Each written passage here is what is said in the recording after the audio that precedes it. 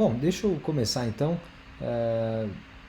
falando de onde eu venho, né? Eu sou um professor de engenharia, como o Rodrigo apresentou, de engenharia naval aqui na Escola Politécnica da USP. Aliás, estou aqui hoje, vim trabalhar e não consegui voltar para casa a tempo, estou falando daqui. Mas eu quero falar com vocês hoje da perspectiva de um irmão na fé. Então eu entendo que eu estou falando para cristãos, né? Não estou falando para engenheiros, eu estou falando para cristãos em primeiro lugar. Porque tem coisas aqui que eu assumo como ponto de partida, que vocês já entendem e até acreditam. Okay? Então tem coisas que eu não vou precisar explicar para irmãos na fé. Mas essa conversa surge aí talvez da interface entre a minha profissão, aquilo que eu faço no dia a dia como professor de engenharia, pesquisador de tecnologia, e como um cristão interessado por essa interface com a ciência, né, como um dos aspectos da nossa cultura, de forma geral. Então tem muito aqui de experiência própria, talvez pouco de teoria ou até de teologia aí no campo mais sistemático, tá bom? Bom, é uma conversa sobre fé cristã e tecnologia, certo? Se a gente começa a falar de tecnologia como mandato cultural, me permitam definir primeiro o que eu entendo como tecnologia. E fé cristã e tecnologia não se resume, não se limita a assistir culto pelo celular, não é isso que eu estou falando. Cristão tecnológico é aquele que tem aplicativo da Bíblia, ou aquele que tem aplicativo da igreja, ou aquele que usa o celular para se relacionar com a comunidade da fé. Não é isso. É outro nível de tecnologia que a gente está falando aqui. Obviamente, aqui tem um uso da tecnologia que os cristãos têm utilizado muito nos 2 últimos anos por conta da pandemia. Mas, primeiro vamos começar pensando qual é a diferença entre ciência e tecnologia. Afinal de contas, estamos na Associação Brasileira de Cristãos na Ciência. O que é que a tecnologia tem a ver com ciência e por que é que ela é diferente em alguns aspectos? Então, olha só, eu gosto dessa figurinha aqui. Enquanto eu acho que a ciência é qualquer empreendimento humano comprometido com o mundo natural, ou seja, ele se debruça sobre o mundo natural para aprender, conhecer, compreender, entender, modelar, sistematizar, coloque o verbo que você quiser, adquirir conhecimento de como o mundo natural funciona, tirar explicações, isso é fazer ciência. Okay? Então, ciência para mim de forma geral e bem ampla, com letra maiúscula, não são apenas ciências hard sciences que a gente fala, né? Física, química, biologia, não. Ciências humanas, o direito, a medicina, a engenharia, psicologia, tudo, as artes, tudo isso entra no grande campo das ciências ou ciências mais cultura, de forma geral. Então, fazer ciência é se debruçar sobre o mundo natural, extraindo conhecimento do mundo natural. Tecnologia é um pouco disso, mas vai um pouco mais além. Fazer tecnologia está relacionado com criar, construir, transformar e utilizar o mundo natural onde nós vivemos. Não é só conhecer como funciona, mas é transformar o mundo natural para um fim útil. Por isso que fazer tecnologia está muito relacionado com algum benefício para a humanidade, em encontrar utilidade para as coisas e também para a nossa vida em sociedade, transformação da vida em sociedade. Então, gente, fazer tecnologia, claro, é melhor quando a gente entende como as coisas funcionam no mundo natural. Mas não é limitado a isso. Muitos avanços tecnológicos da humanidade foram feitos antes da gente entender como é que o mundo funciona. Né? Empiricamente, a gente consegue construir tecnologia mesmo sem entender o funcionamento minucioso do mundo natural. Então, são duas coisas que vão lado a lado. A ciência, ou o conhecimento, ajuda a fomentar o avanço tecnológico. E à medida que a gente desenvolve tecnologia, mais do mundo natural a gente também conhece. Ok? Então tem semelhanças, mas tem aí focos ligeiramente distintos. E onde é que eles são particularmente diferentes? Gente, pensa aqui. Vocês acham que a tecnologia então é uma coisa nova? Sei lá, eu penso em tecnologia, eu lembro desse negocinho aqui que acende quando eu chacoalho, né? Que me permite, engasguei, ter o conhecimento da humanidade na palma da minha mão. Lógico, esse aqui é o símbolo da tecnologia do momento, não é? Mas nessa definição que eu dei, tecnologia não é uma coisa nova. A humanidade vem transformando o mundo natural desde sempre. Claro que o símbolo, o ícone da tecnologia no nosso tempo deve ser o smartphone, por exemplo, mas eu tenho certeza que esse machadinho revolucionou muito mais a história da humanidade do que um smartphone no momento, né?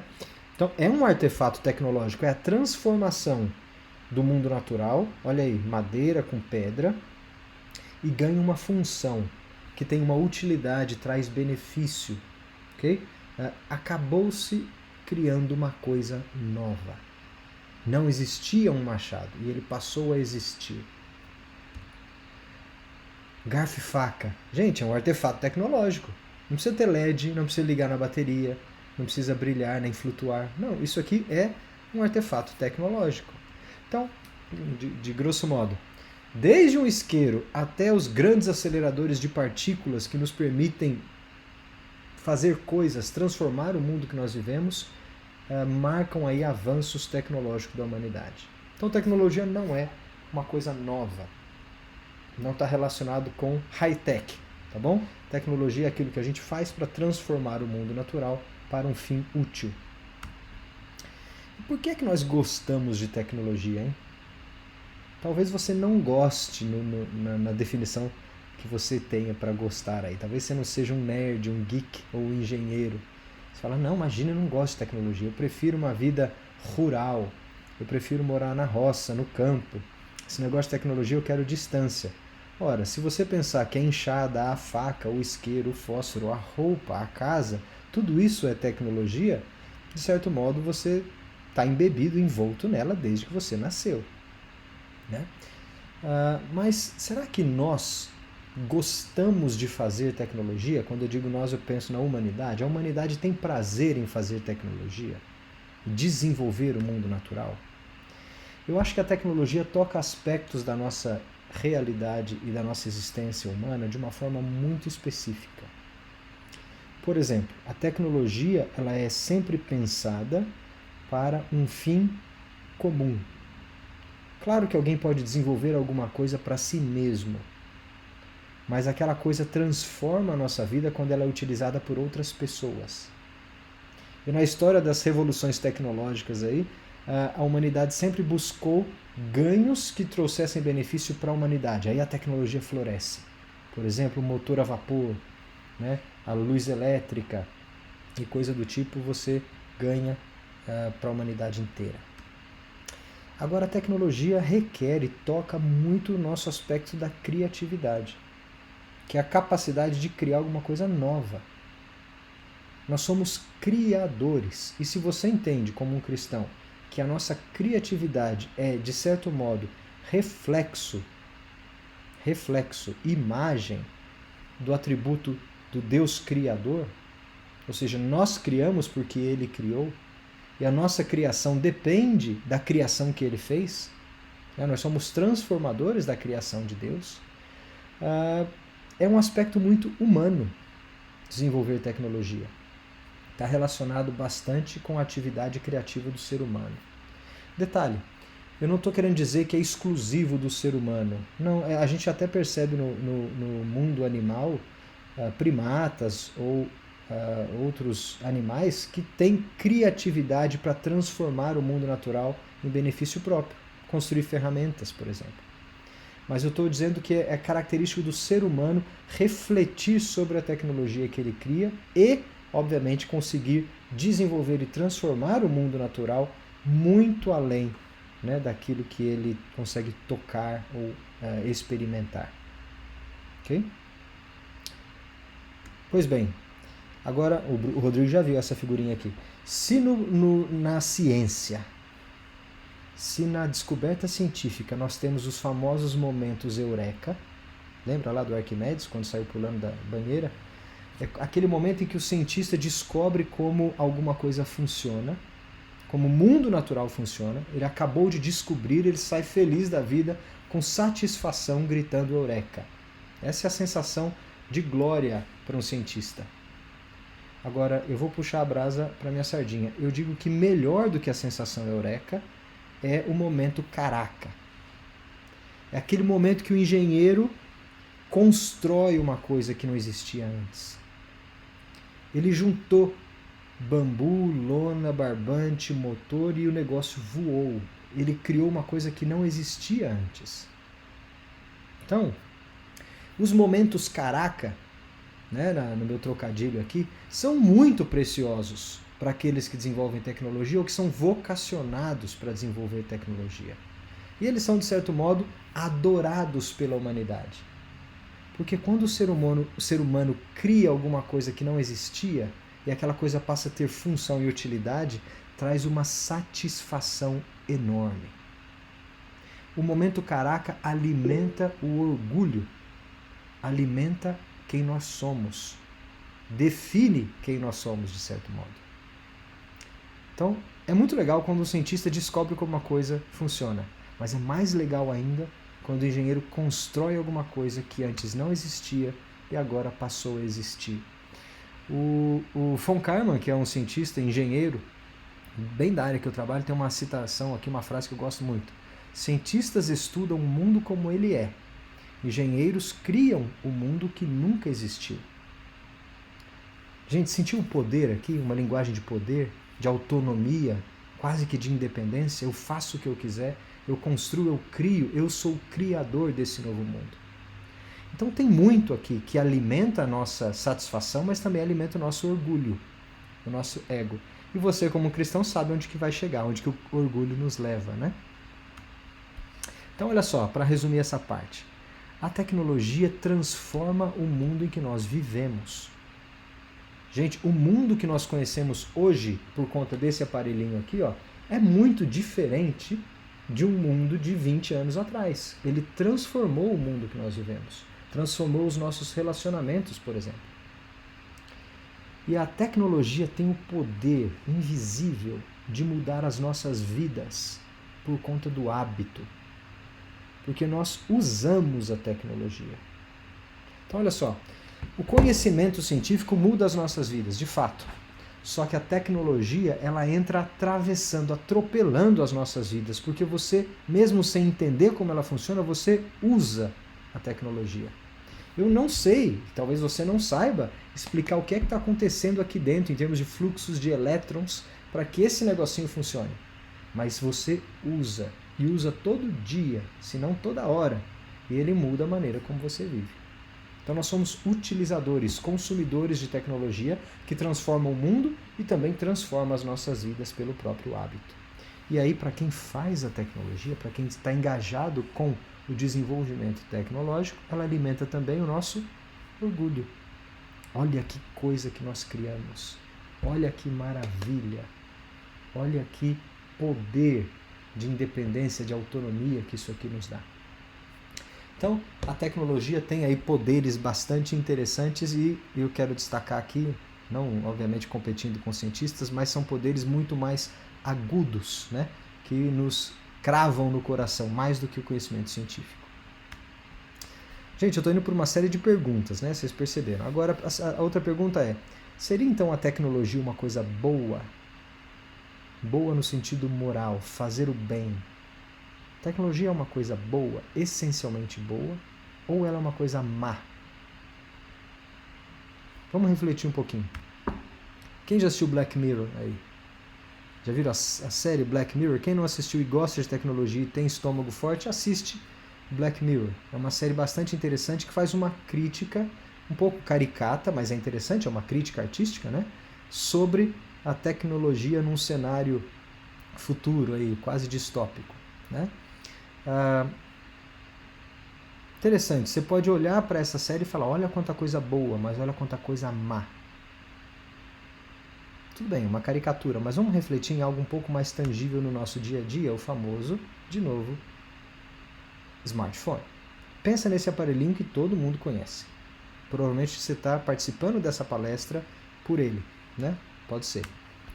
Gente, é inegável que o smartphone trouxe benefícios, tem vantagens.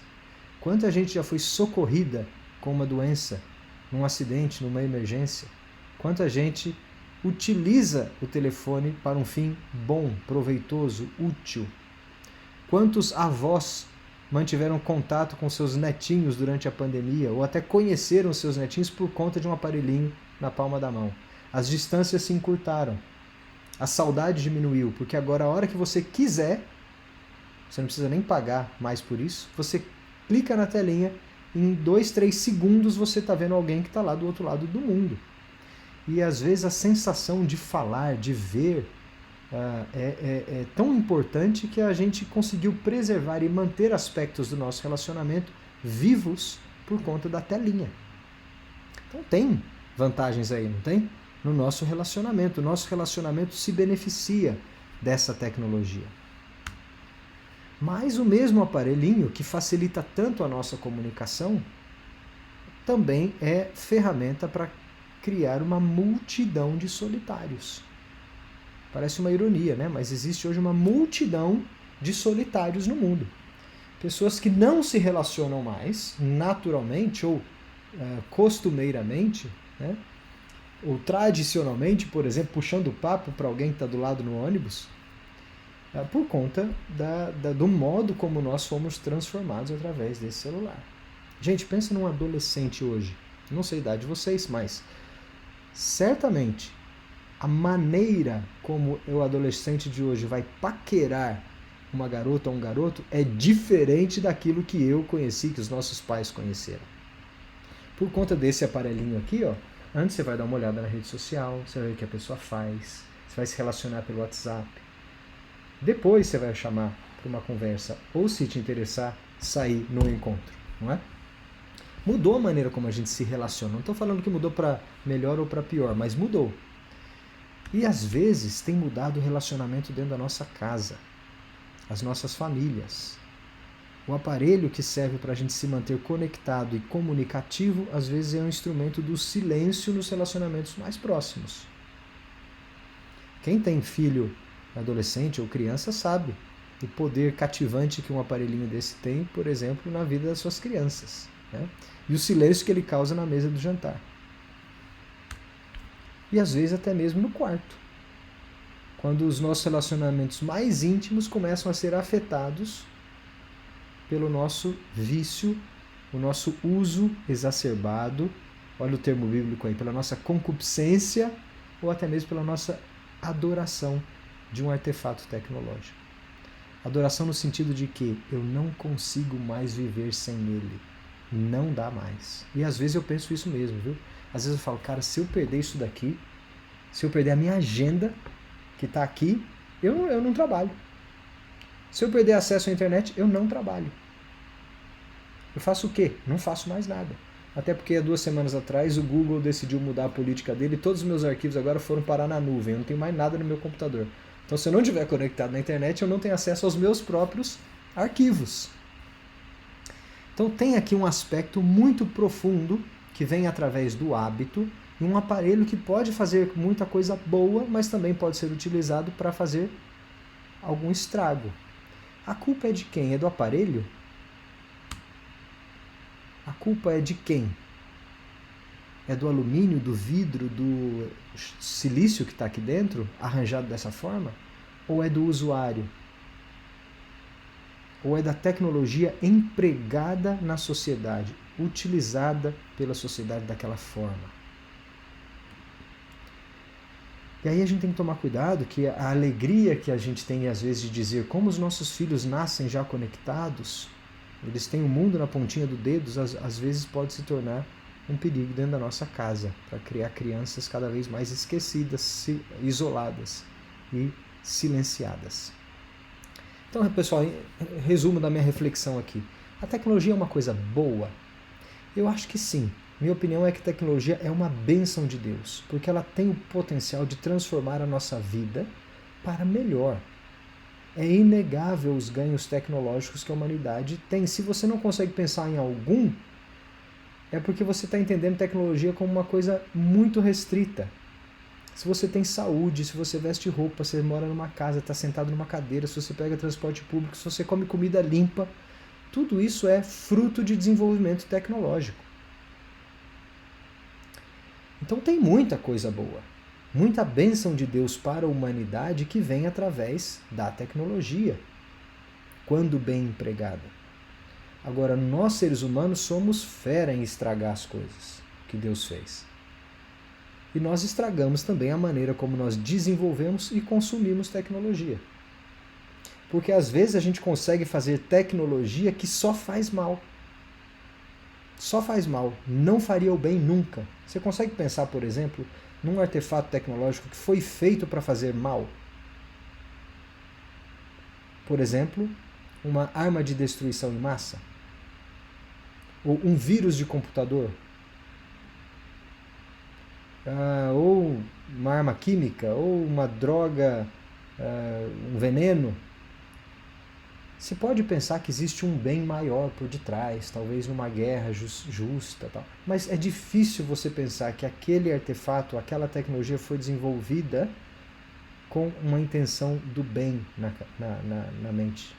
Agora, isso não é tudo, isso é uma pequena parte. A maioria dos artefatos tecnológicos que a gente usa no nosso dia a dia são neutros. Existem alguns que não são, mas a maioria é neutra. Essa lapiseira aqui serve para eu escrever. Mas se eu cravar ela nas costas de alguém, eu vou fazer um belo do estrago. Quem define o uso moral dessa tecnologia sou eu, o usuário, não a lapiseira em si. Então nós temos a capacidade de estragar também a tecnologia que nós fazemos. Claro, por conta do pecado. Daqui a pouco a gente chega nele. Outra pergunta. Tecnologia boa ou má? Tá, mas a tecnologia gera ou resolve problemas? Será que usar tecnologia causa mais problema do que resolve? Se a gente vivesse comendo raiz, catando frutas no meio do mato, minimamente tecnologizados, vamos dizer assim, a gente teria menos problemas? Será que a tecnologia resolveu alguma coisa da nossa vida? Gente, pensa nas grandes questões. Energia. Grandes questões da nossa existência. Todo mundo precisa de energia, não é? A gente nem se dá conta da quantidade da nossa dependência de energia elétrica. Mas tudo que você faz hoje em dia, até para andar pela sua casa, precisa de uma luz elétrica. Tenta viver numa casa, não é um dia, uma horinha não, quando cai a luz, mas uma semana sem luz elétrica. Você não dá conta mais de viver, você já é dependente dela. E mudou muito a maneira como a gente vive. Energia, da onde vem essa energia elétrica? Ela é gerada de algum lugar, né? Eu trabalho, por exemplo, com plataformas de óleo e gás, exploração de energia no pré-sal do Brasil. Ora, nós precisamos tirar energia de algum lugar. Isso tem impacto, isso tem custo. Impacto ambiental, custo social, exploração. Pensa na quantidade de recursos materiais que nós usamos. Todo mundo quer produtos cada vez mais baratos, não é? Ninguém quer pagar mais do que R$1 por uma caneta Bic. R$1 até é muito, né? Você quer caneta barata, plástico barato, produção em massa, avanço tecnológico para que você jogue o produto fora quando ele perde a vida. É descartável, é rápido. Ora, isso tem contrapartidas. O que a gente faz com tanto recurso, com tanto plástico sendo gerado? O que a gente faz com tantos resíduos da maneira como nós vivemos? Avanço tecnológico de um lado, sim, mas o que é que a gente faz com tanta prosperidade trazida pelo avanço tecnológico? Ou por tanta miséria trazida por conta da má distribuição de renda? Então tem problemas intrínsecos.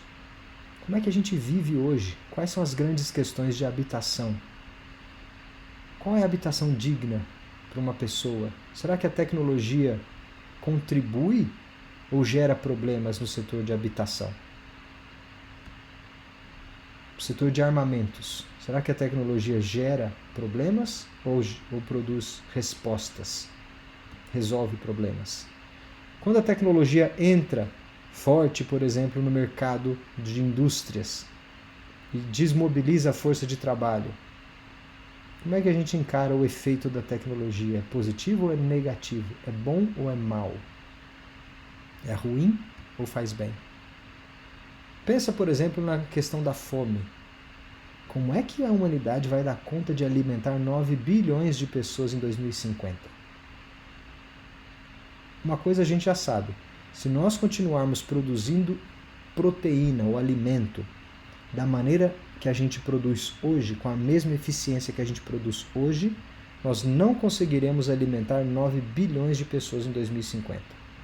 Não dá conta. Nós precisamos de uma revolução tecnológica na produção de alimentos. Tá vendo? Você precisa de uma tecnologia, dado o crescimento da humanidade. Tem uma grande questão aí. Em suma, pessoal, é interessante pensar que muitas, se não todas as grandes respostas passam, de certo modo, pela tecnologia. É assim que a gente é induzido a pensar.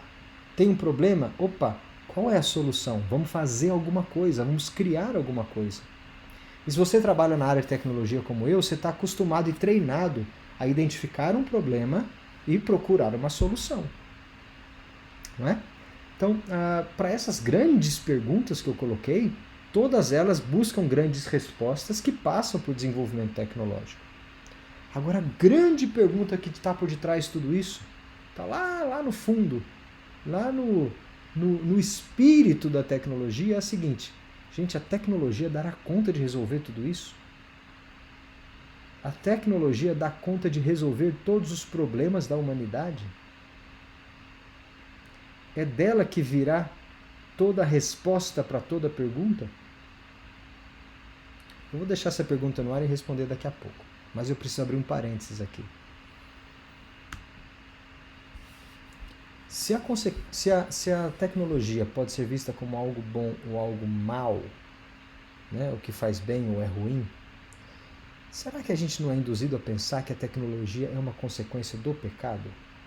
Ou a necessidade de desenvolver tecnologia, de transformar o mundo natural, não seria consequência do pecado? Da queda? Pensa assim, ó. Se o ser humano ainda morasse num estado de paraíso, lá no Éden, no jardim, nós desenvolveríamos tecnologia? A gente teria um smartphone em algum momento? A gente enviaria o homem para a Lua em algum momento? Ou a gente cresceria, viveria e se desenvolveria comendo raiz e colhendo frutas e andando nus pelo jardim? Aqui tem coisa. Por quê? Aqui a gente consegue relacionar a tecnologia com a maneira como nós fomos criados. A maneira como nós fomos criados. Olha aí o mandato entrando na jogada. Então, olha só. Deixa eu fazer um exercício escola dominical aqui. Qual é a primeira referência à tecnologia que você acha que aparece na Bíblia? Quando você pensa lá na Bíblia, certamente vai estar lá nos primórdios, em Gênesis, né? Você pensa assim, qual que é a primeira referência bíblica à tecnologia? Algo que o ser humano constrói, que tem função. Não algo da criação de Deus, algo que ele cria, que ele dá função, que ele constrói. Qual que é a primeira referência bíblica que você acha que aparece? Seria a Arca de Noé? Você acha que não? Gente, eu adoraria que fosse, porque eu sou engenheiro naval. Já pensou se o primeiro artefato tecnológico fosse um navio? Seria assim, né? O suprassumo dos engenheiros. Bom, não é a Arca de Noé. A primeira referência à tecnologia na Bíblia, na narrativa bíblica, aparece aonde? Os olhos dos dois se abriram e perceberam que estavam nus, então juntaram folhas de figueira para cobrir-se. Gente, a folha de figueira existia, mas serve para quê? Adão e Eva acabaram de criar uma coisa nova, roupa, deram uma função, transformaram um objeto ou algo do mundo natural para um bem. Tudo bem que o bem deles aqui, não estou julgando moralmente, mas para uma utilidade do ser humano. Essa é a primeira referência à transformação de algo da criação para uma finalidade. O homem deu função. Está vendo o aspecto criativo do homem aqui? Deus não fez a folha de figueira para ser roupa. O homem criou roupa de figueira. Agora olha o que vem depois. Uma outra referência mais para frente. E conheceu Caim, a sua mulher, e ela concebeu e deu à luz a Enoque. E ele edificou uma cidade e chamou o nome da cidade conforme o nome do seu filho. Olha que interessante, o homem edificou uma cidade, criou algo que não existia, inventou uma forma de se viver. Okay? Viver em cidades. E, gente, se tem uma coisa interessante na linguagem e na forma de enxergar o mundo antigo, é que as cidades eram o maior empreendimento humano possível de ser feito. A maior coisa que o ser humano conseguia construir, que era fruto da racionalidade e da criatividade humana, era uma cidade. E a gente vê isso representado em várias culturas do Oriente Próximo, né? Por exemplo, a Grande Babilônia, agora a cidade de Enoque, depois a Torre de Babel. Toda essa linguagem de criar cidades para viver junto exige tecnologia. Casas, ruas, saneamento básico. Depois os romanos levaram para outro nível, os gregos tiveram a sua contribuição. E para não falar dos outros impérios, né? Então, edificar cidades aparece na Bíblia várias vezes para destacar o ser humano transformando ou criando uma forma de se viver. Só um parênteses aqui. Tem gente que hoje pensa que se a gente voltasse a viver no campo, se a população da Terra voltasse a viver no campo, a gente teria menor impacto ambiental. Não é verdade. Se hoje nós pegássemos os habitantes do planeta e espalhássemos cada um vivendo na sua casinha no meio do mato, o nosso impacto de emissões, o impacto ambiental seria maior do que vivermos em cidades. Cidades são a forma mais eficiente do ser humano viver no planeta Terra. Lógico, cidades inteligentes. É óbvio que cidade tem seus problemas, ela concentra rejeitos, ela concentra poluição, concentra doenças, concentra consumo de energia. Mas se nós pegássemos todos esses fatores e espalhássemos pela face da Terra, o nosso impacto sobre o ambiente seria maior e não menor. Então, voltar a uma vida mais rudimentar, mais rústica, mais bucólica, não é uma solução técnica para o nosso impacto ambiental. Ao contrário, desenvolver cidades mais tecnológicas, mais eficientes e mais inteligentes é uma resposta técnica para o nosso impacto ambiental. Fecha parênteses, quis só destacar o impacto da cidade aqui. Então, olha só, por exemplo, falando de cidade, e começaram a falar em construir uma grande cidade. Olha a criação aí. Para o que fizeram tijolos de terra bem cozida, para servir de pedra de construção e usaram alcatrão em vez de argamassa. Olha que legal, quanta informação de tecnologia que tem nesse texto, né? Tijolo de terra, terra cozida, tem um processo aí para servir como sustento, né, para a construção, e usaram ainda algo como argamassa. Tem um monte de coisa tecnológica já aí, criada para essa finalidade. E depois eles disseram, vamos construir uma cidade com uma torre altíssima que chegue até os céus. Dessa forma, o nosso nome será honrado por todos. Olha que legal o símbolo do artefato tecnológico, da tecnologia da cidade, a maior coisa que o ser humano podia construir. Essa pirâmide, né? Esse zigurate lá da Babilônia, alimentando o orgulho, não é? Alimentando a criatividade, o poder, a autonomia, a independência do ser humano. A gente sabe qual foi a consequência lá da Torre de Babel, né? Que Deus amaldiçoou essa idolatria, ok? Mas reparem aí o uso ou o uso moralmente errado da tecnologia desenvolvida, ok? Então, pessoal, resumindo aqui, o ser humano lá no jardim descobria como o mundo funcionava. A gente tem símbolos muito bonitos do homem tomando conhecimento, exercendo o seu domínio, daqui a pouco eu vou falar disso, por exemplo, dando nome aos animais, tomando conhecimento do funcionamento da natureza no caminhar com Deus no cair da tarde. Nós temos símbolos que apontam para o conhecimento científico, mas nós também temos símbolos que apontam para o desenvolvimento tecnológico, a transformação do mundo natural. Agora, olha que interessante. Os 3 exemplos que eu citei aqui estão no contexto da queda. Não é? Pô, folha de figueira, Babel, cidade de Caim. Tecnologia só pode ser coisa ruim. Só pode ser consequência do pecado.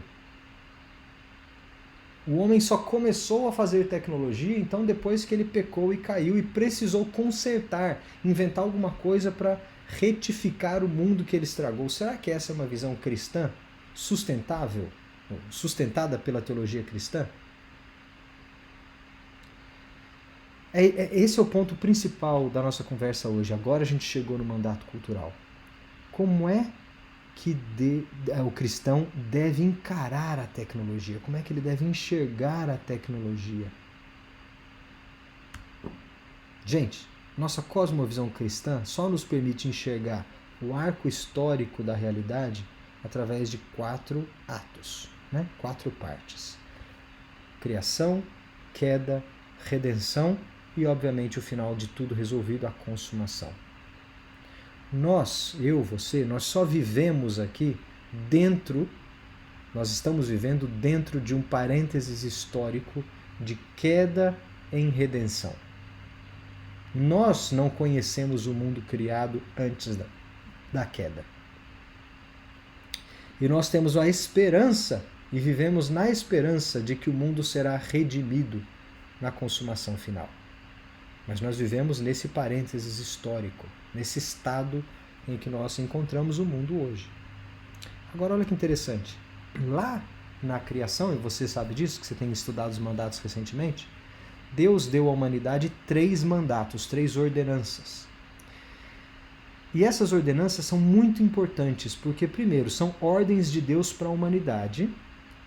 Né? Deus quer que a humanidade faça isso. Mas, segundo ponto importante, é porque esses mandatos definem quem a humanidade é. Nós somos o que somos porque Deus nos ordena fazer essas coisas. E quando nós não cumprimos os seus mandatos, nós estamos incompletos. Nós somos seres insatisfeitos ou não completos. Ok? Então, por exemplo, o mandato espiritual é aquele da vertical, né? Que diz assim, o homem vai se relacionar com Deus. E Deus fez o homem como imagem e semelhança, mas com alma vivente para poder se relacionar com seu Criador. O homem é espírito. E ele recebeu o sopro, o Espírito de Deus, que permite um relacionamento pessoal com Deus. Porque Deus é pessoa, nós somos pessoas, nós nos relacionamos pessoalmente com Deus. Esse é o nosso mandato espiritual. Deus não deu esse mandato para os animais, por exemplo. Não deu capacidade aos animais para se relacionarem com Ele através de um relacionamento pessoal. Perdão. Por exemplo, o símbolo máximo, eu já falei dele aqui, do Éden ou do jardim do paraíso, é que Deus vinha caminhar com Adão no jardim na viração do dia. Olha aí o símbolo, o arquétipo de um relacionamento desobstruído entre Criador e criatura. Ok? Ou entre Criador e seu governador. O segundo aspecto é o que a gente chama de mandato social. Deus falou assim, vocês, seres humanos, também vão se relacionar com os outros seres humanos. Vocês não são seres que vivem sozinhos, ou vocês precisam de sociedade. E através desse relacionamento, que tem características culticas e de adoração ao próprio Criador, mas que é fundamental para nós definirmos quem nós somos, conhecermos a nós mesmos e que vai na direção do florescimento da sociedade humana, a gente se define. Então aí entra o mandato social. E o ser humano não foi feito para viver sem relacionamentos horizontais entre outros seres humanos. Nós precisamos de relacionamentos entre seres humanos. Não é uma opção, é uma necessidade. Dentro do mandato social também está a ordem, né? Então vai lá e enche essa terra de gente, para vocês se relacionarem como meu povo. E o terceiro aspecto, é aquele que eu chamo de circular, é o homem se relacionando com a criação. E obviamente o nome vem aí, você já sabe disso, o aspecto cultural que vem de cultivar. Né? Lembra que a gente está dentro de um contexto, uma narrativa de um jardim, onde o homem recebe uma ordenança para cultivar a criação de Deus. E aí, então, nesse mandato cultural, está o nosso relacionamento com a nossa realidade criada. E o homem assume papéis muito, muito específicos e privilegiados nesse mandato cultural. Ele é regente, ele é co-criador junto com Deus. Deus cria, o homem transforma. Ok? Deus coloca o homem no jardim, o homem cultiva, o jardim produz frutos. O homem participa ativamente desse palco criado. Eu gosto da analogia do parquinho de diversões. É como se Deus fosse, pensa assim naquele cara que projetou a Disney, o parque lá da Disney. É como se Deus tivesse projetado assim o cosmos, e aí ele abriu as portas e falou para a criançada: agora vocês entrem e brinquem. Descubram os meus brinquedos, vai ser feliz. Mas nesse processo vocês também vão desenvolver outros brinquedos, e brinquedos mais legais ainda, vocês vão se realizar com isso. E eu, olhando tudo isso, vou receber glórias e a adoração que vocês me devem. Gente, o cosmos é um grande parquinho de diversões para a humanidade, onde a gente se realiza e nesse processo glorifica ao Deus Criador. Então aí é o mandato cultural. Agora, olha onde vem a ordenança, principalmente no que tange aqui a nossa interação com tecnologia. Deus os abençoou e lhes disse, falando para Adão e Eva, né, ou para a humanidade arquétipa representada ali: sejam férteis e multipliquem-se, encham e subjuguem a terra. Dominem sobre os peixes do mar, sobre as aves do céu e sobre todos os animais que se movem pela terra. Olha dois verbos aí importantes: subjugar e dominar, né? Kabash e Hadar. Ora, subjugar aparece em outros contextos na Bíblia como sujeitar, fazer cativo, né? Colocar sob o seu domínio. Dominar aí também como governar ou reinar, dominar sobre. De grosso modo, está relacionado com a nossa habilidade para impor domínio sobre a criação. Não é simplesmente contemplar, não. É dominar sobre, exercer domínio. Agora, deixa eu fazer um parênteses aqui para você entender de onde vem o termo subjugar. Subjugar não tem nada a ver com julgar, não, de proferir julgamento, não. Tem a ver com jugo. Jugo, quem é da roça vai lembrar que é aquela trave de madeira que o boi coloca em cima do pescoço para puxar o carro de boi, por exemplo. Aquilo é o jugo. Então, onde que aparece isso na Bíblia? Por exemplo, venham a mim todos que estão cansados e sobrecarregados, e eu darei descanso a vocês. Tomem sobre vocês o meu jugo, ou seja, a minha carga, e aprendam de mim, porque eu sou manso e humilde de coração, e vocês encontrarão descanso em suas almas, pois o meu jugo é suave e o meu fardo é leve. É o mesmo termo aí. Subjugar é colocar o pescoço debaixo da canga, debaixo da mesma carga. Não vos ponhais em jugo desigual com os incrédulos, ou seja, não vai meter a cabeça com outro boi que pensa diferente. Vocês não vão para o mesmo lado. Né? Essa é a ideia de subjugar, de exercer domínio sobre. Essa é a ideia aqui. Homem, humanidade, coloque a natureza sob o seu domínio e extraia dela algo útil, proveitoso. Floresça. E aí olha o segundo versículo aqui. O Senhor Deus colocou o homem no jardim do Éden para cuidar dele e cultivá-lo. Interessante, a ideia de cultivar está relacionado ao trabalho, ao desenvolvimento, ao serviço. Daí vem o nosso mandato cultural, né, de cultivar alguma coisa. Mas a mesma ordenança nos diz também para cuidar, preservar e zelar pela ordem criada. Então, a ideia de subjugar, dominar com cultivar e cuidar é algo de impor domínio, mas desenvolver com zelo. Essa é a síntese do mandato cultural. É impor habilidades para o domínio, e Deus dá vocação ao homem, dá capacidades ao homem para dominar sobre a criação. Seja conhecimento adquirido na forma de ciência, seja tecnologia desenvolvida. Agora, desenvolver essa tecnologia requer zelo de um governante. Não é simplesmente abusar e extrapolar, estragar o mundo criado, mas é cultivar com zelo. Nós não somos os donos da criação, mas nós somos governadores criados, ou gerentes, vamos usar o termo moderno. Então, pessoal, em suma, o mandato cultural, que é dado antes da queda, traz para a gente a ideia de dominar sobre a criação, desenvolvê-la.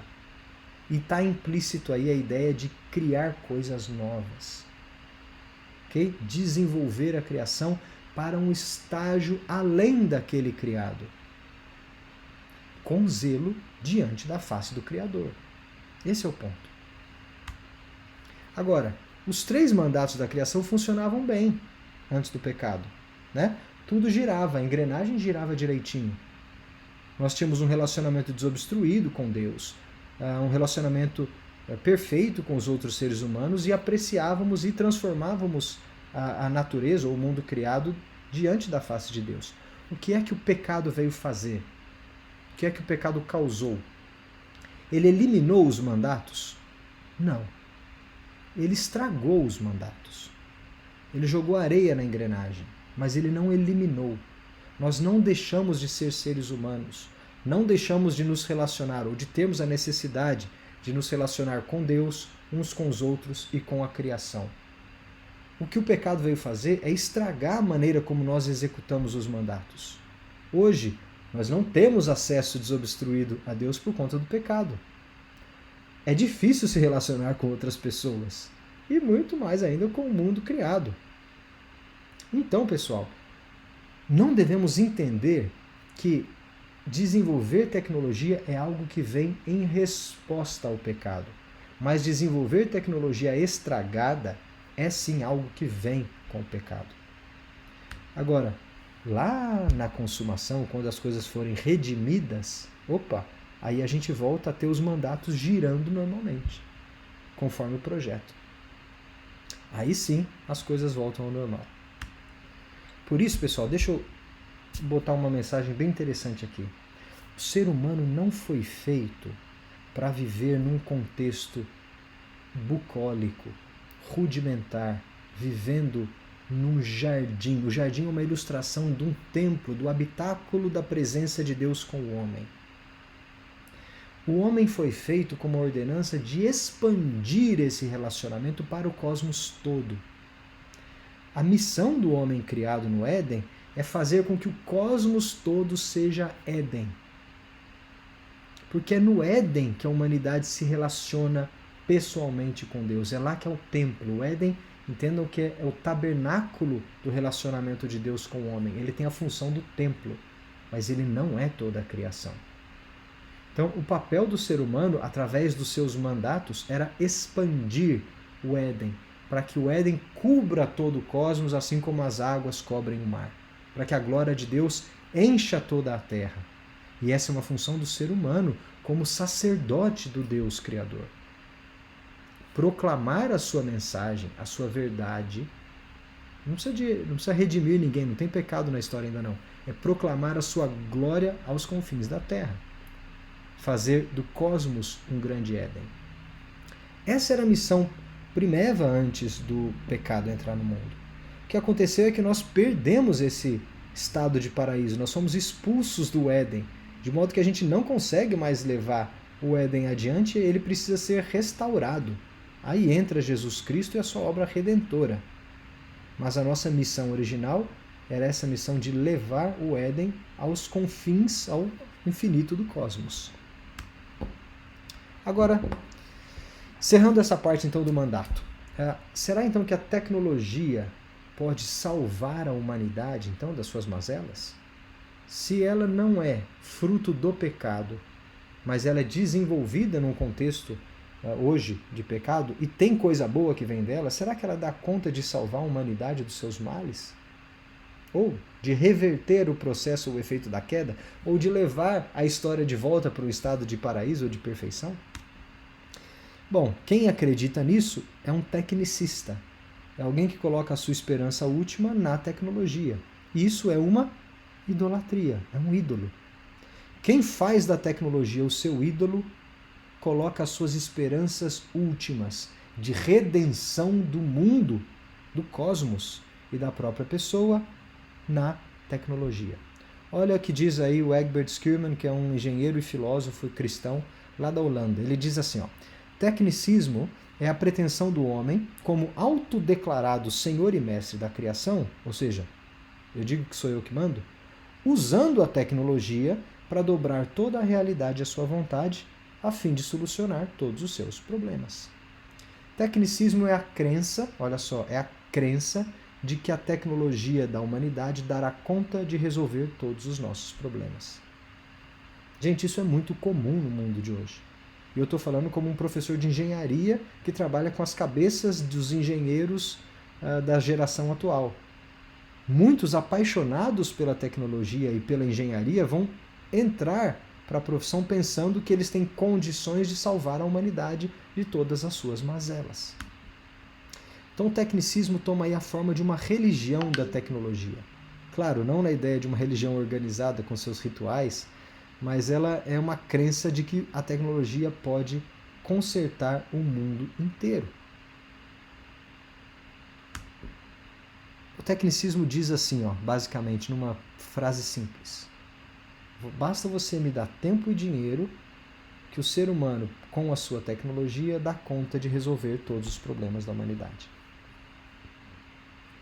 O tecnicismo só esquece que o ser humano continua sendo ser humano. O homem continua sendo homem, pecador, corrupto, pende sempre para o lado errado, carente da graça de Deus. Não é um benefício que pode redimir a humanidade daquilo que ela de fato é. A tecnologia pode nos fazer bem, e muito bem, mas ela não pode redimir o ser humano da sua essência rebelde contra Deus. O cristão sabe disso. O ateu não sabe. O que ele precisa é de evangelho para poder saber dessas coisas. Mas enquanto isso, nós que lutamos nessa interface fé-tecnologia, a gente tem que estar bem claro para nós onde é que está a nossa esperança. Para que a gente não idolatre a tecnologia, apesar de podermos reconhecer que ela é coisa boa, bênção de Deus, criada antes da queda. E que também traz benefícios mesmo no contexto do pecado, quando a gente executa ela da maneira adequada. Para resumir aqui, o tecnicismo vai fazer uma proposta de conserto com S. O homem chegará a um mundo perfeito por conta própria através do desenvolvimento tecnológico. A humanidade tem o controle pela tecnologia. O cristão não pensa assim. O cristianismo não traz a ideia de um conserto, traz a ideia de uma restauração. O homem, por melhor que seja a sua tecnologia, continua pecador e nunca aperfeiçoará o mundo por seu esforço. Mas o cosmos será restaurado por ação de Deus, quem de fato está no controle. Gente, isso não nos impede de fazer boa tecnologia, de participar do processo de redenção. Não é porque Deus que vai redimir todas as coisas que nós devemos sentar de braço cruzado esperando o fim dos tempos. Não é. Não é assim. Nós somos chamados para sermos sal da terra e proclamar a vinda do reino e participar como agentes do reino. Nós temos que trabalhar na direção, no vetor da restauração, cientes de que não é por nossa conta que a gente vai conseguir chegar lá, é pela obra de Cristo, mas trabalhando com Cristo e para Cristo na direção da restauração final. Portanto, o que é que a gente tem que fazer com a tecnologia? Você não pode ignorar, fechar os ouvidos e falar: cara, eu não vou fazer nada com isso não, deixa o mundo se acabar. Deixa o mundo se acabar que depois vai nascer tudo de novo. Não é assim. O cristão responsável proclama para o mundo aí fora como é que se faz boa tecnologia e como se faz bom uso da tecnologia. Portanto, o nosso papel é não abandonar, nem amaldiçoar, mas é redimir a tecnologia que a gente faz.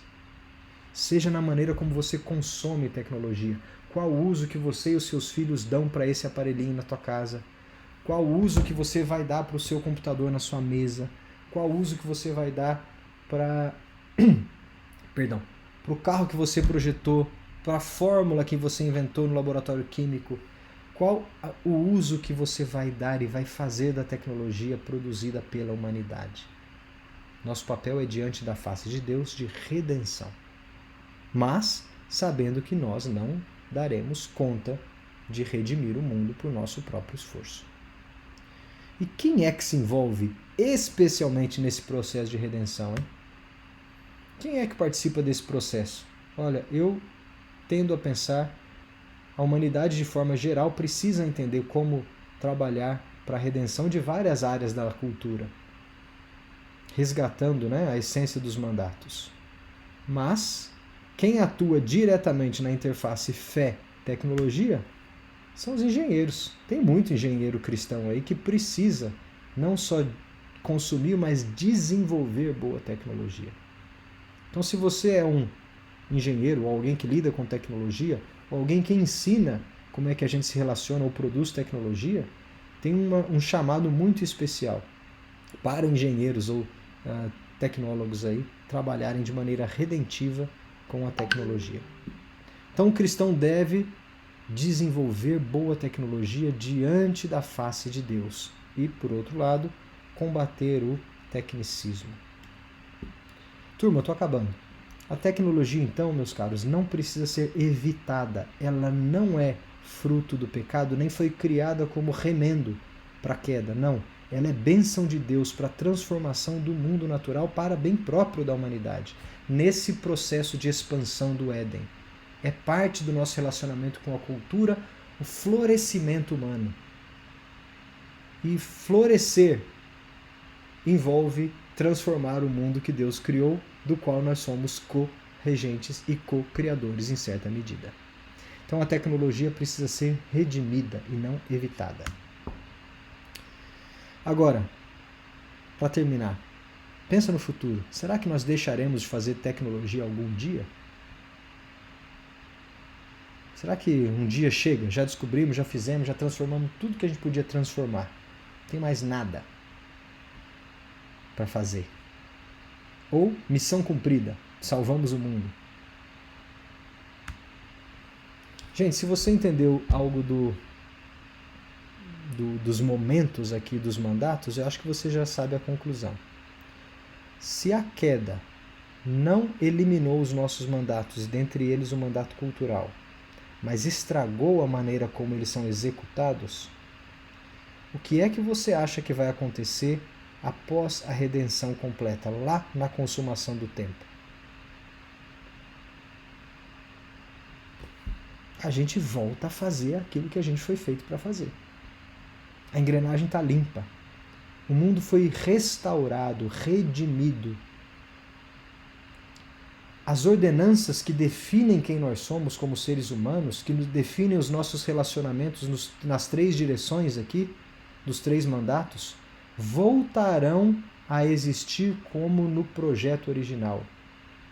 Gente, elas foram criadas, nunca deixaram de existir, mas estão estragadas agora, porque nós não sabemos executá-las bem por conta do pecado. E quando a engrenagem for limpa e todo o cosmos, a ordem criada, inclusive nós, formos restaurados, nós voltaremos a ser seres humanos obedecendo os mandatos de Deus. Voltaremos a nos relacionar com Deus sem impedimento nenhum. Voltaremos a ter um relacionamento perfeito com a humanidade, com outros seres humanos. E voltaremos a ter um relacionamento perfeito que glorifica a Deus com o cosmos, com a cultura que nós produzimos. Então, olha só, eu creio que nós faremos tecnologia por toda a eternidade, diante da face de Deus, como nós fomos feitos para fazer. Eu creio que nós nunca terminaremos o desenvolvimento da tecnologia, porque isso traz prazer para o homem, isso define quem nós somos. E quando feito de maneira bem feita, glorifica a Deus. Assim como nós nunca vamos esgotar a ciência, descobrir como é que o mundo funciona. É o parque de diversões que não tem fim. Assim como nós nunca pararemos de nos relacionarmos com outras pessoas, com o povo da aliança, e nós nunca pararemos de nos relacionarmos com Deus. Todos os mandatos, lá no habitáculo final, na consumação do tempo, serão restaurados. Restaurados e não eliminados ou redefinidos. Então agora, para terminar, pensa aqui no paralelo. Deus criou um jardim lá no início. O símbolo do jardim é muito poderoso. A criação é representada por esse habitáculo humano, onde Deus se relaciona com o homem. E é nesse templo, pensa que o jardim toma a forma de um templo, onde Deus se faz representar como a fumaça que desce no tabernáculo. E o homem é o sacerdote, é a imagem do Deus no templo. Ele representa a presença do Deus, que não cabe em lugar nenhum, que não pode ser contido em nenhum templo, em nenhuma tenda, mas que se faz representar pelo seu sacerdote. É a partir desse templo que o homem governa toda a criação em nome do Criador, do dono.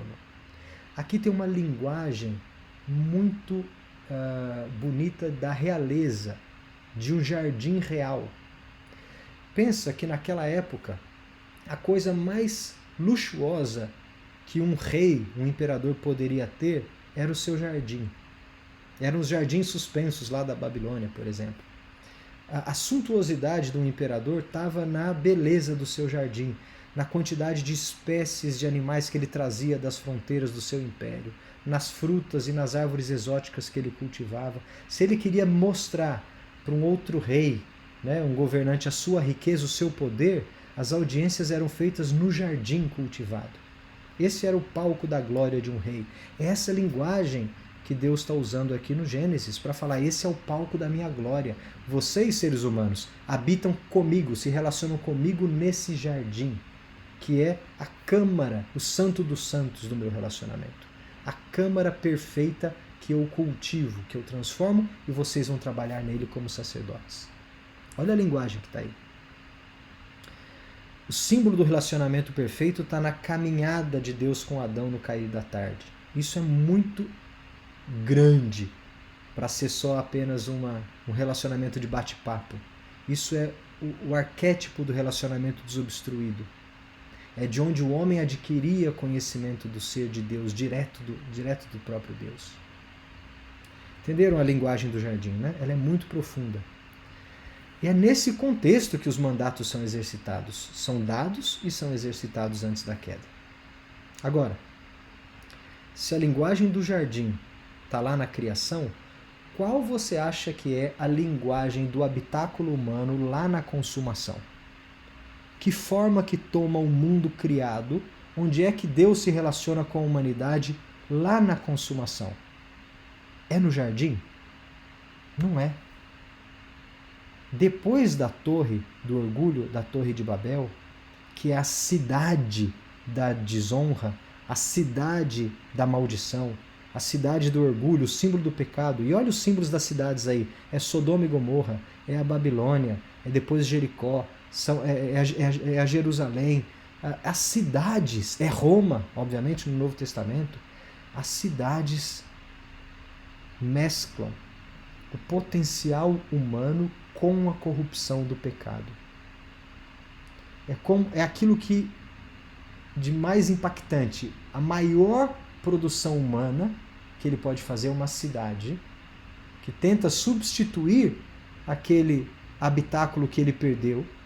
A gente vê isso logo no Gênesis e depois, ainda mais aqui em Babel. É a cidade que tenta substituir o jardim, onde os relacionamentos humanos são estragados e corrompidos, onde a prostituição, o roubo, o assassinato, a miséria começam a aparecer, aonde o orgulho passa a ser idolatrado, por exemplo, aí na Torre de Babel, queremos substituir agora Deus porque a nossa glória tem que ser maior do que o nome, né? O nosso nome tem que ser a nossa própria glória. E é o símbolo da interação máxima, da produção cultural máxima da humanidade.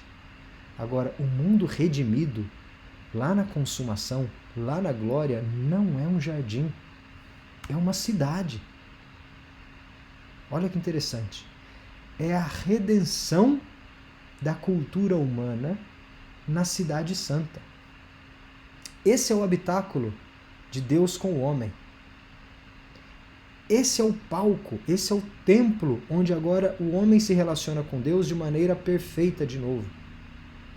Repare que aí tem um misto de linguagem de jardim, da perfeição do jardim. A árvore da vida continua lá na Nova Jerusalém.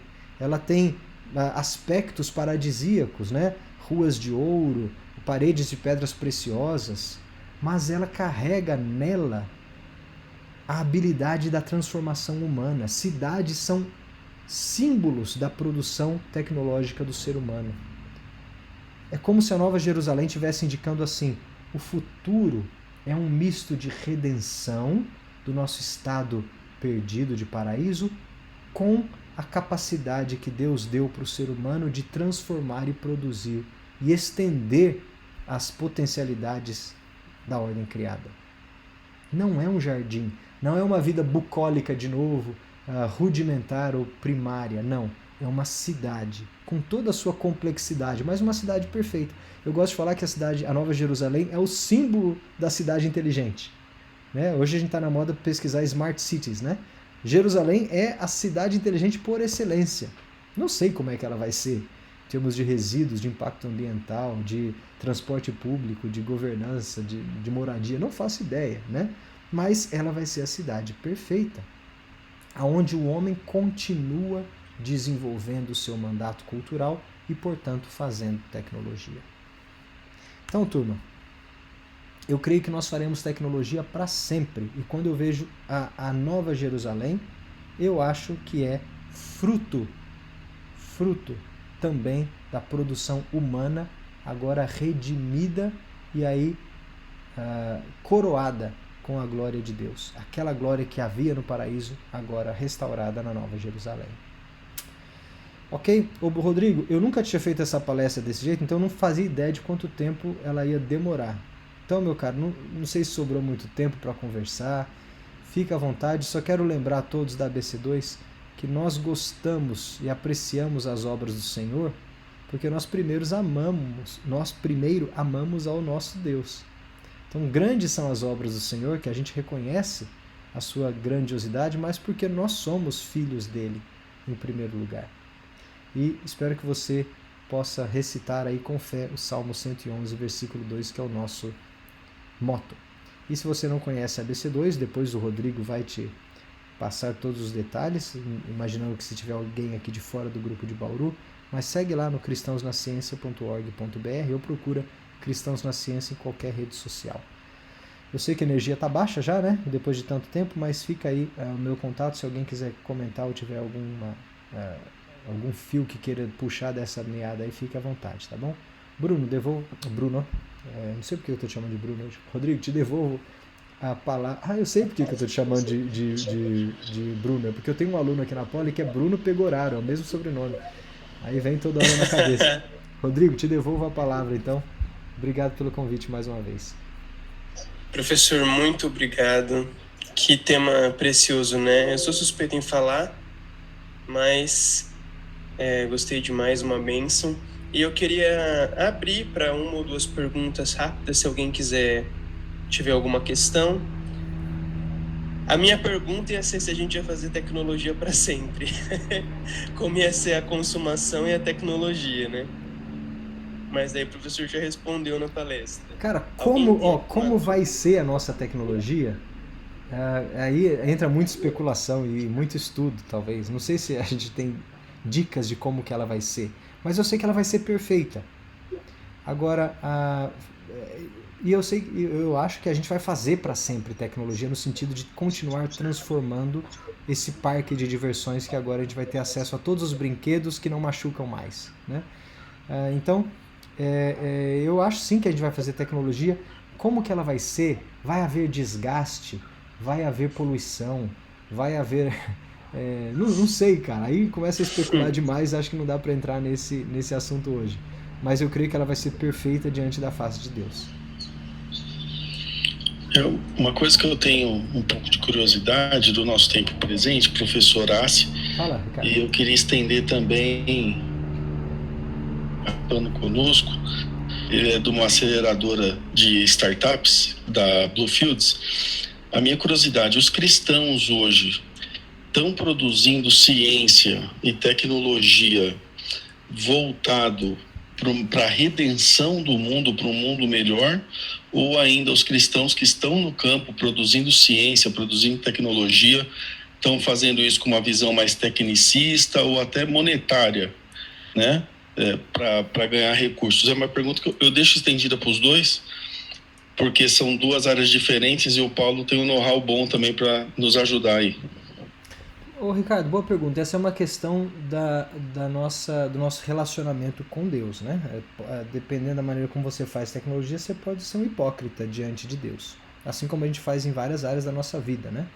Eu posso pregar uma coisa, mas na hora de fazer eu posso fazer outra, por conta do pecado mesmo. Agora, olha que interessante. Fazer tecnologia que agrada a Deus não é, por exemplo, fazer tecnologia que apenas serve à igreja. Não é desenvolver aplicativo crente, entendeu? Não é fazer só tecnologia sacra. Não, é fazer a tecnologia para o bem da humanidade toda. Isso é tecnologia que agrada a Deus.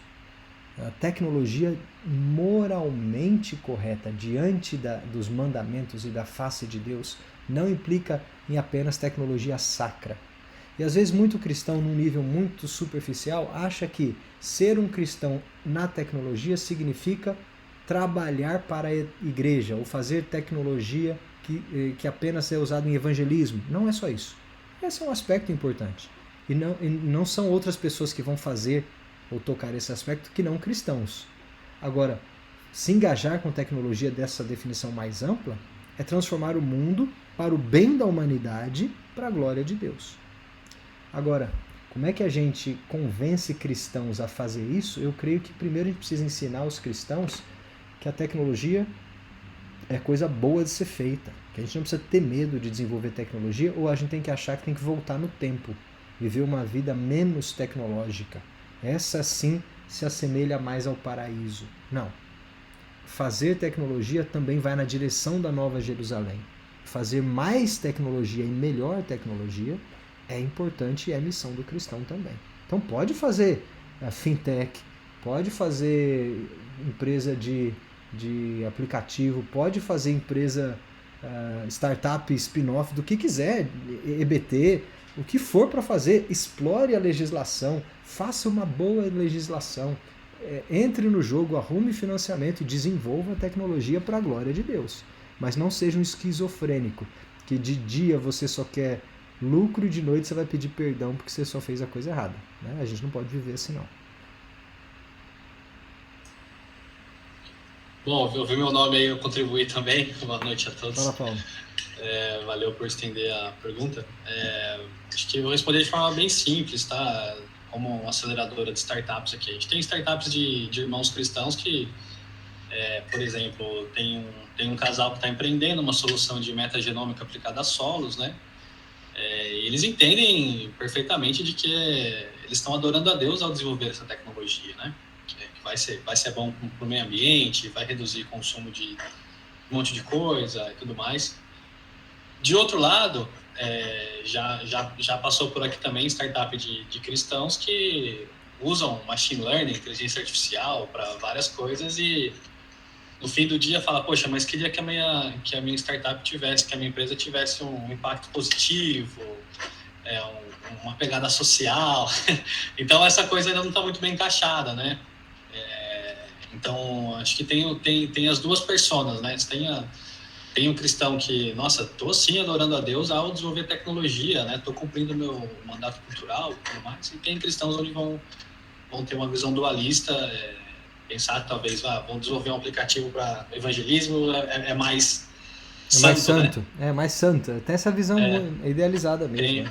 Tem isso, que a gente tem que fazer contribuir justamente falas como essa do Gustavo, são muito necessárias para a gente poder mobilizar a igreja também, né? Ô Paulo, pregar para o crente. Tem linhas muito tênues, que é difícil a gente perceber quando você está servindo a Deus, quando você está amaldiçoando, né? Mas tem coisas muito explícitas. Eu vou dar um exemplo explícito aqui, que é caricato, que todo mundo vai falar, poxa, mas aí também não vale, né? Mas para você entender que as coisas podem ser mais tênues. Tem gente que acha que dependendo do que ele faz com o dinheiro que ele ganha com a tecnologia, ele redime a tecnologia que ele fez. Então, por exemplo, imagina que um crente, que se diz crente, vai desenvolver um aplicativo para namoro fora do casamento, sei lá, um desses de dating aí, ou de relacionamento extraconjugal, para usar um termo bastante educado, ok?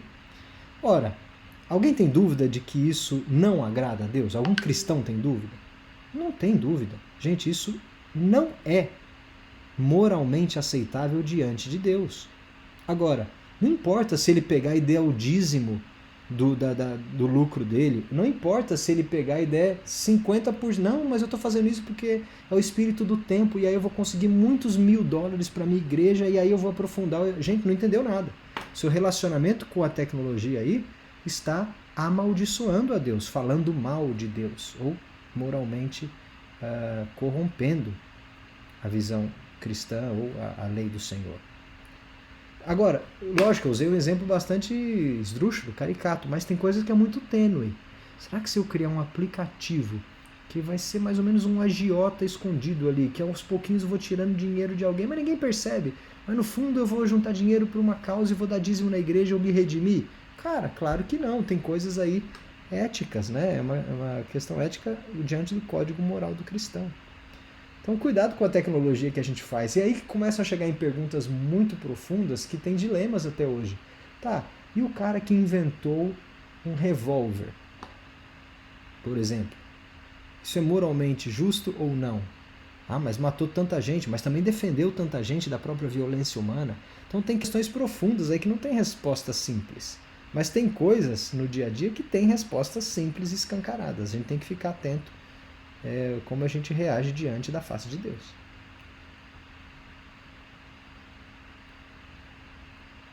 Maravilha, obrigado, gente. É que são temas esquisitos, mas são bons citar porque sempre o pessoal enrosca. É, isso aí. Legal. Muito obrigado, professor. A Bia quer falar? Pode falar, Bia. Última pergunta, então, da Bia. Depois a gente encerra. Boa noite, pessoal. Boa noite, professor. A gente passou agora por uma jornada do Núcleo de Ciências Naturais, onde a gente estava discutindo sobre a questão ambiental, sobre qual a função do cristão mediante aos problemas ambientais, como o cristão tem que se posicionar diante desses problemas. E a pergunta que ficou no ar ao final da jornada foi: e o desenvolvimento tecnológico? Como lidar com o desenvolvimento tecnológico e cuidado com o meio ambiente, uma vez que a gente chegou à conclusão de que é função do cristão cuidar dessas duas áreas. Perfeito, Beatriz. Eu tendo a usar a mesma argumentação que eu usei aqui de mandato cultural para o nosso cuidado com a criação. Só que ao invés de eu dar a ênfase, por exemplo, no dominar, na criatividade, no subjugar e desenvolver, a gente dá uma ênfase no zelar e cuidar, né? Então, é lógico, faz parte do DNA da criação, né? Da estrutura. Alguns falam do backbone, né? Eu não sei o termo, estou procurando um termo em português, não está vendo. Da estrutura, do tecido da criação, a ideia de fluxos de energia, de massa, de desgaste. Okay? E isso é parte da criação, isso é uma parte boa da criação. Então, por exemplo, para eu fazer uma colher de pau, eu preciso, às vezes, matar uma planta. Tem desgaste, tem perda aí. Isso não é mal em si. Isso é bom. É uma transformação do mundo natural. Okay? Então, a gente tem que tomar cuidado com essas visões muito idealizadas de que tudo que a gente faz, a gente está destruindo a ordem criada. Não, às vezes a destruição, entre aspas, é parte do processo criativo. Okay? Isso está impresso, então, nesse DNA da criação, né? Onde plantas que se decompõem alimentam o solo e micro-organismos. Eu diria lá o Rei Leão, é parte do ciclo da vida, né? Mas, tirando então um pouco essa visão idealizada, o cuidado com a criação não significa não fazer nada. Não, significa fazer de uma maneira sustentável. Mas vai falar, esse termo aí caiu na boca do povo. Todo mundo fala de sustentabilidade. Mas o que é que o cristão entende como sustentável? É sustentável, porém, diante da face de Deus, com o zelo daquele que governa para o Criador. Okay? Então, na sustentabilidade da perspectiva cristã, e tem irmãos nossos no Brasil que estudam bastante isso. Eu não sou um profundo nessa área. A gente pode convidar outros aí, viu, Rodrigo, da BC2. Entender como é que se compõe a sustentabilidade a partir de uma matriz cristã. até que certo ponto é sustentável, que ponto é exploração, que ponto faz bem, faz mal, entendeu? É uma linha muito tênue. Agora, uma coisa para mim já está bem claro: zelar pelo ecossistema, pelo meio ambiente, pelas outras espécies, pela exuberância da natureza, pelo habitat humano, tudo isso que a gente chama de manter o planeta, né, em funcionamento hoje, eu creio que tem um alinhamento fundamental com uma visão de mundo cristã. O cristão é chamado para fazer isso. A visão que diz assim: não, o mundo está terminando mesmo, e a escatologia,